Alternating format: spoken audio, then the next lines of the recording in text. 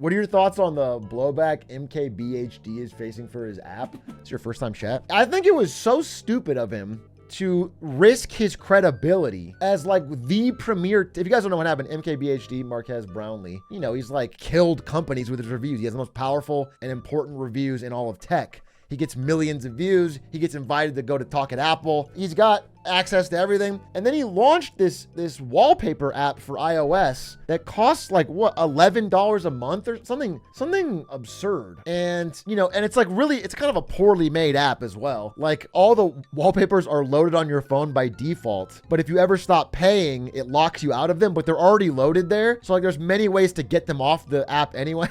The point is not that like it's the craziest app ever. It's a pretty normal iOS scam, I guess. I mean, like a normal, like scammy, expensive app. The problem is that like it his credibility, which is like his most important asset. You know, when you're a reviewer, especially, trust is like your main thing. And so he got a lot of pushback for it. And I think pretty rightfully, just given how anti-consumer this was. And then the worst part was, I think, let me find this to be sure. By the way, I had a very positive opinion of him prior to this and still generally do, though I do think this is a big misstep. So here's a post that he made in 2023. Rule number 1, never charge for something that was previously free.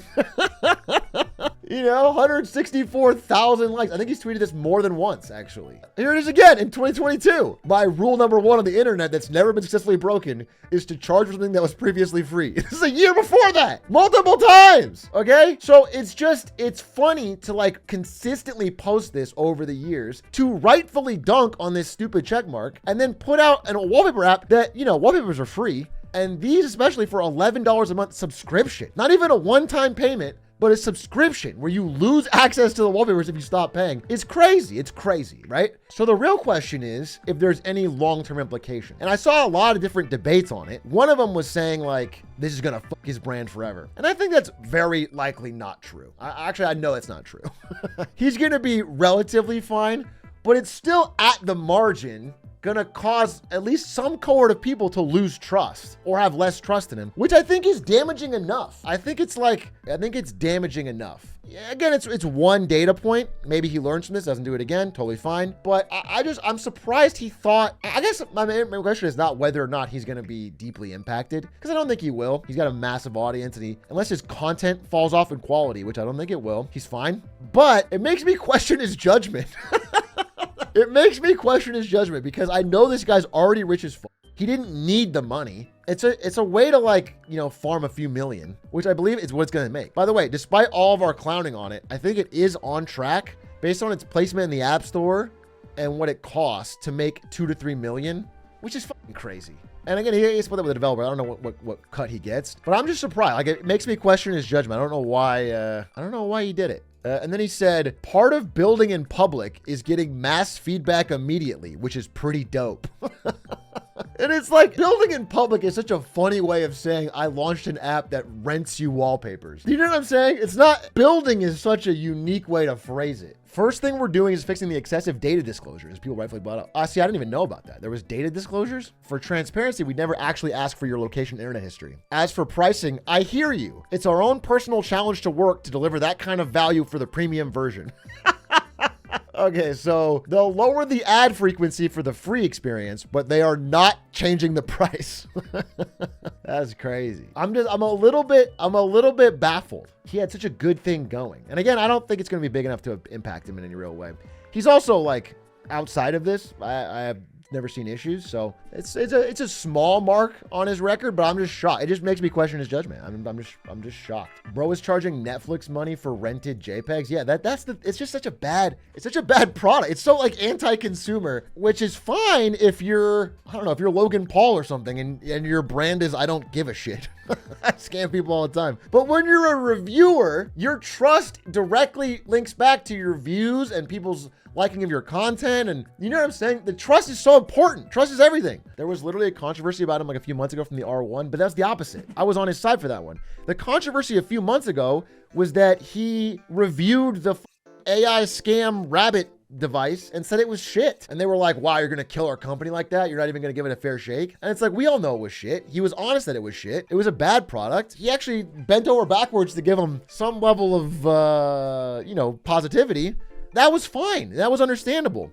But it's just hard to have the same level of oomph behind your words if you're going to insult other brands when you do this. It was the tipping point, though, because it was so blatantly bad. I've seen a lot of people bring up other more nuanced things, like how he shills for Tesla and Apple are now brought up and discussed because of the situation. He's no longer a trustworthy source, very eventually his brand. Again, I'm very on the side of, I don't think this is going to have a deep long-term impact, but it's more of like a big noticeable misstep that will carry with him if he keeps going down this type of behavior. As for this, my understanding is that he is a little bit soft on Apple and Tesla because they give him access. And while I think it's very easy to be a commenter or someone who doesn't have access and like rip on him for that, and it's fine. Like if it really bothers you, don't watch his Apple and Tesla stuff. To me, I don't really get mad at him for that because Apple and Tesla are big enough that they do not have to talk to anybody who isn't nice to them.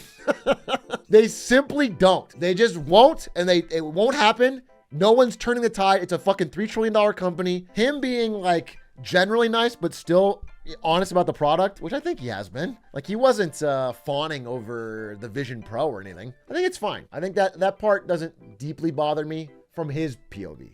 I think it bothers me societally. Like it's kind of fucked up societally, but I don't blame him as one individual. Tesla literally uninvited us from events because I pointed out they were charging for something they said they wouldn't charge for.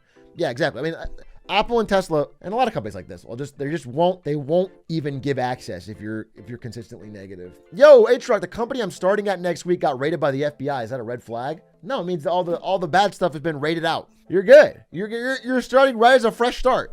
The FBI cleaned it out. Just want to let you know that I teach macroeconomics at a top university and sometimes talk about some of the examples you bring up in Marketing Monday if it connects to the lesson. Top university, Arizona State. Good to have you. Harvard of the Southwest. A true hero. Let me know the university and I will sue them for plagiarism. No, that's super nice. Thanks for sharing. I appreciate that. I think it's always funny. I do get some DMs sometimes by people who have seen my video or shared my video in a classroom. And I think it's funny because my videos are not designed to be viewed in a classroom. They're filled with swearing and dumb jokes. And even the last one I did, I like have a Cisco tops Microsoft as the world's most valuable company. Then I go pause. Like that's not going to work in a classroom, but it's fine. My mom doesn't like your swearing, but I make her watch you anyways. Well, don't make her watch. Please don't make your mom watch me if I'm swearing and she doesn't enjoy the content. You have to watch this video of him playing Quidditch. He catches the snitch eventually, Mom. Keep watching. No, you don't get it. He's at Chili's alone. No, you don't get it. He gets really mad at the Squidward video. It's hilarious. Dude, I still get comments on that. That video has totally breached my bubble. And even years after that video come out, here's what happens. Someone will see the video. They'll start watching it. They won't watch all the way. They'll watch the first third. And in the first third, you can't tell yet that the video is a troll. So you could be like, boy, he's getting upset at this video. And it's like, give him a chance. And so then they'll write a comment being like, who's this streamer think he is making fun of a good piece of insightful content? He's just sitting there reacting, doesn't even have any real insights on SpongeBob like this. And it's like, I can tell you haven't watched the whole thing because at the halfway point he openly starts talking about how SpongeBob and Patrick want to